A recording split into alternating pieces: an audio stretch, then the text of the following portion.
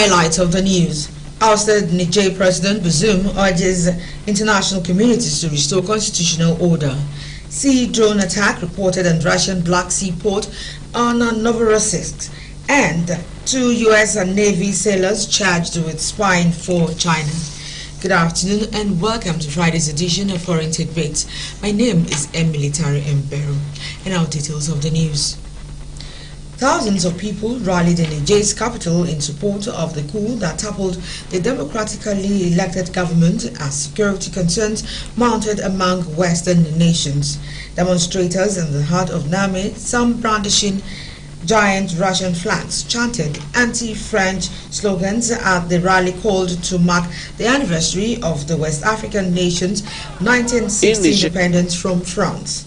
The crowd at the rally were shouting, "Down with France! Long live Russia! Long live Putin!" A week after the toppling of elected President Mohamed Bazoum, European citizens have been evacuating from Niger, which has had a key role in French and Western strategies to combat the Hajjis insurgency that had plagued the Sahel since 2012. Niger is the fourth member of the group to undergo a putsch since 2020, while Senegal said it would send soldiers to join ECOWAS if it decided to intervene militarily in Niger. Niger's ousted press leader Mohamed Bazoum has urged the U.S. and entire international community to help restore constitutional order after last week's coup. Bazoum also warned that the region could fall further under Russian influence via the Wagner Group, which already operates in neighboring countries. In an opinion piece in the Washington Post, President Mohamed Bazoum said he was writing as a hostage. Niger's West African neighbors have threatened military intervention. The coup leaders had on Thursday announced they were withdrawing the country's ambassadors from France, the US, Nigeria, and Togo. Meanwhile, a delegation from West African bloc ECOWAS left Niger without meeting the junta leader, who announced the scrapping of military pacts between Niamey and Paris.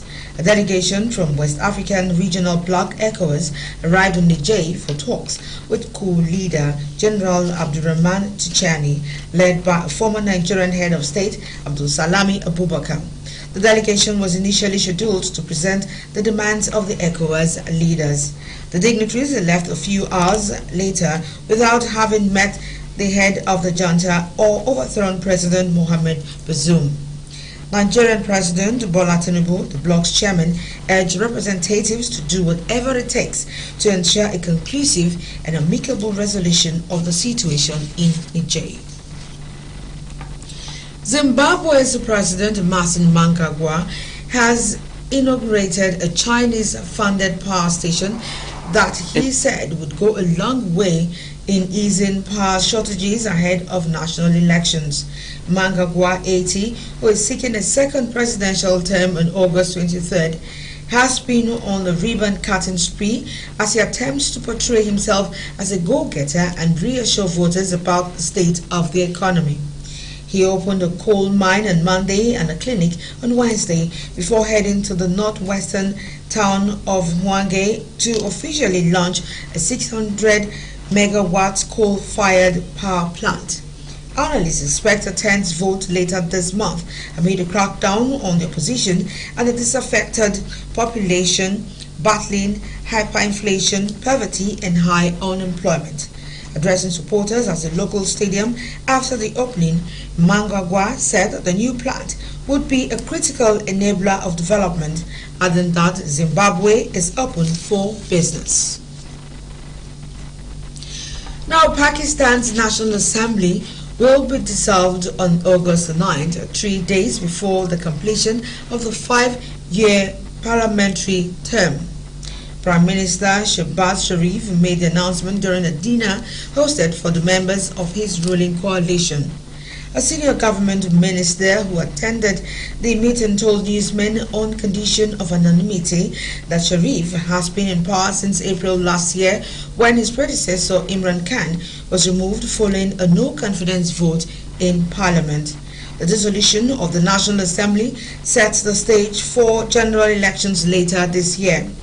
The names of the caretaker Prime Minister and other top functionaries are likely to be announced over the weekend. South Korean police have arrested the man suspected of stabbing a high school teacher with a knife in the city of Daejeon in the country's second apparently random knife attack in 2 days. Officials at the Daejeon Metropolitan Police Agency did not immediately release the personal details of the suspect, describing him only as a man in his late 20s. According to police, the suspect waited for the teacher to step out of a classroom at Songcheon High School before stabbing him and fleeing the scene, which according to officials suggests they were acquaintances. Police and fire department authorities did not specify the teacher's health condition. Explosions have been reported overnight near the Russian port of Novorossiysk on the Black Sea. Footage shared on social media on Friday appeared to show loud blasts at the port, which is a major hub for Russian exports.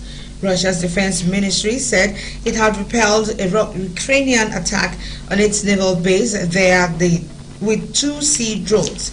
It said the drones had been spotted and destroyed by Russian ships guarding the outer harbor of the naval base.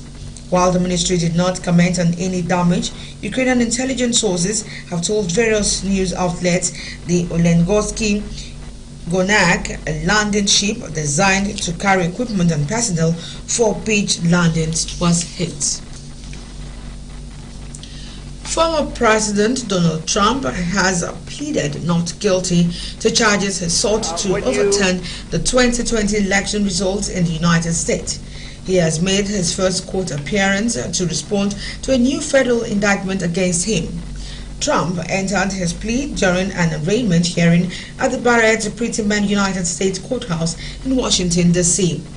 The judge set the next hearing in the case for August 28. The arraignment came just 2 days after U.S. prosecutors filed 4 federal charges against Trump, accusing the Republican politician of seeking to overturn the results of the 2020 election that he lost to his Democratic rival, Joe Biden.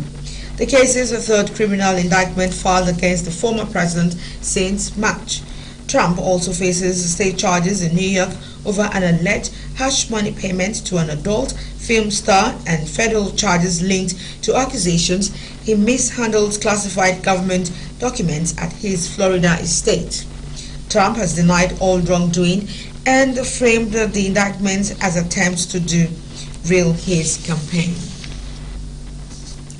Now, 2 U.S. Navy sailors in California have been arrested on charges of providing sensitive military information to China.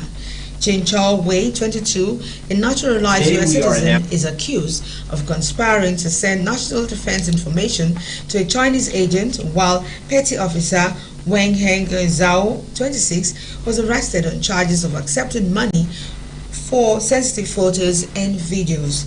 It is unclear if the same Chinese agent is alleged to have contacted the pair. Both men were arrested on Wednesday in California, Wei while on his way to work at Naval Base San Diego.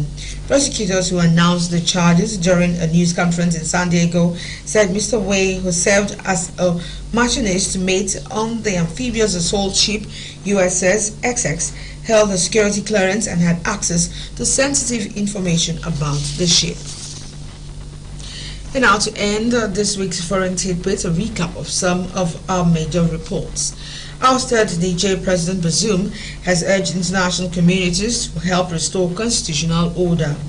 Sea drone attack has been reported on Russian Black Sea port of Novorossiysk. We also brought to report that 2 U.S. Navy sailors in California have been arrested on charges of providing sensitive military information to China. And that's this week's Foreign Tidbits as we saw the world put together by Daily Better. My name is Emily Tari and Berry. Have an amazing time on RSTV. Good afternoon.